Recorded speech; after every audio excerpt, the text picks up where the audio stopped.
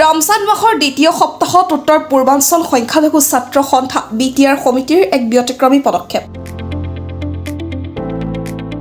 উত্তৰ পূৰ্বাঞ্চল সংখ্যালঘু ছাত্ৰ সন্থা নেমচুৰ BTR সমিতিৰ অন্তৰ্গত ওদালগুৰি জিলা সমিতিৰ শপত গ্ৰহণ অনুষ্ঠান অনুষ্ঠিত কৰে। লগতে ধনী দুখীয়া একত্ৰিত হৈ সমূহীয়া ইফতাৰ কৰিবলৈ কলাইগাঁও হাফিজিয়া মাদ্ৰাছাত ইফতাৰ মেহফিলৰ আয়োজন কৰে। উক্ত অনুষ্ঠানত অংশগ্ৰহণ কৰে BTR নেমচুৰ কেন্দ্ৰীয় সভাপতি সৈয়দ হাফিজুল ইছলামে। উত্তৰ পূৰ্বাঞ্চল সংখ্যালঘু ছাত্ৰ সন্থা চমুকৈ নেমচি BTR সমিতিৰ উদ্যোগত যি আমাৰ ওদালগুৰি ডিষ্ট্ৰিক্ট কমিটিৰ যি আমাৰ শপত গ্ৰহণ লগতে আমাৰ ইফতাৰ আয়োজন এটা অনুষ্ঠান আছিলে। এই অনুষ্ঠানত আহি পেলাই আচলতে সঁচাকৈ ধন্য মানিছোঁ। বিভিন্ন জাতি জনগোষ্ঠীৰ লোক ইয়াতে উপস্থিত হৈছে। আচলতে এনেকুৱা এটা পৰিৱেশ আমি বিচাৰোঁ, কিয়নো আমি বিভিন্ন সময়ত আমি দেখিবলৈ পাই আহিছিলোঁ যে বিভিন্ন ধৰণে বিভিন্ন ব্যক্তিসকলে ৰাজনীতিক ক্ষেত্ৰখনতে হওক বা সামাজিক ক্ষেত্ৰখনতে হওক বিভিন্ন ধৰণৰ আচলতে সাম্প্ৰদায়িক কথা বতৰা, সমাজত মানে বিভাজনৰ সৃষ্টি বা সমাজত ভেদাভেদৰ যিবিলাক কথা বতৰা থাকে, তো তেনে এটা মুহূৰ্তত আচলতে এনেকুৱা এখন মঞ্চত আজি যি আমাৰ কলাইগাঁও ঈদগাহ মৈদানত আমি যি আমাৰ ইফতাৰ মেহফিলত সকলো জাতি জনগোষ্ঠীৰ ধৰ্মাৱলম্বী লোকসকল আজি উপস্থিত হোৱাটো আচলতে আমাৰ কাৰণে গৌৰৱৰ বিষয়। আমাৰ কাৰণে আচলতে আমি এক ভাল মুহূৰ্ত বুলি অনুভৱ কৰিছোঁ।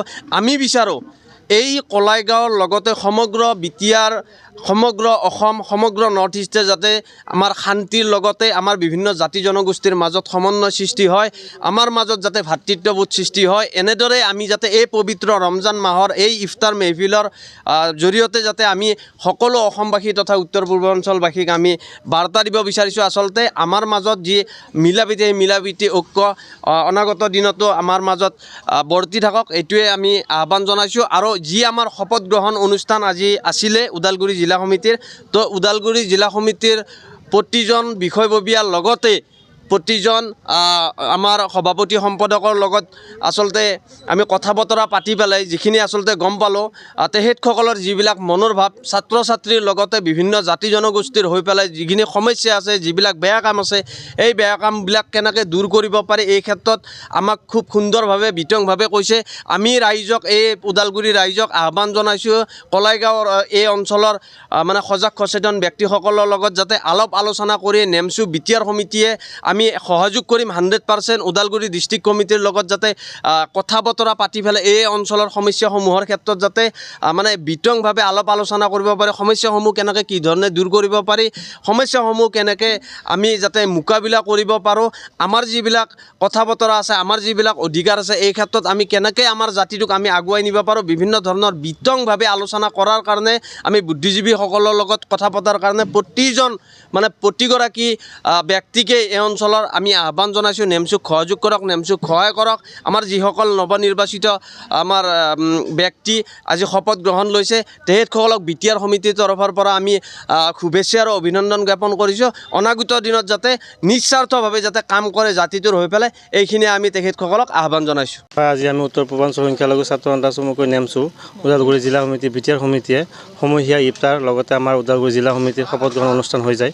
এই অনুষ্ঠানত আমাৰ উপস্থিত থাকে আমাৰ BTRৰ মুৰব্বী হাফিজুল ইছলাম ডাঙৰীয়া, তেখেতে থাকে আৰু লগতে স্থানীয় ৰাইজ আৰু বিভিন্ন দল সংগঠনৰ ছাত্ৰ সন্থাৰ নেতৃবৰ্গৰ লগতে স্থানীয় ৰাইজ আৰু লগতে সাংবাদিক বন্ধুসকল থাকে। এই অনুষ্ঠান আমি প্ৰতি বছৰে পালন কৰোঁ। সমূহীয়া ইফতাৰ, ৰমজান এটা পবিত্ৰ মাহ, এই ইছলাম মানেই শান্তি, শান্তিৰ মাহ। ইয়াৰ যোগেদি আমি এইটোৱে ক'ব বিচাৰোঁ যে সকলো ভাষা বৰ্ষ নিৰ্বিশেষে সকলো জাতি জনগোষ্ঠীৰ মাজত এটা শান্তিত বাতাবৰণ সৃষ্টি হওক আৰু শংকৰ আজান সঘনাই কৰি থাকোঁ। শংকৰ আজানৰ দেশৰ যিটো নিদৰ্শন, আমি সেই উদ্দেশ্যে আমি এনেকুৱা প্ৰতি বছৰ কৰাৰ দৰে এইবেলিও আমি এনেকুৱা ইফতাৰ আয়োজন কৰিছোঁ আৰু অনাগত দিনত আয়োজন কৰিম। ইয়াৰ পৰা এইটোৱে বিচাৰোঁ যে আমি আমাৰ মাজত যিটো ভাতৃত্ববোধ এনাজৰী এটা মজবুত হ'ব লাগে। সকলো জনগোষ্ঠীৰ সমিলমিলেৰে আমি একেলগে কাম কৰি আমাৰ অসমৰ মংগল হওক তাৰে কামনা কৰিলোঁ। ধন্যবাদ।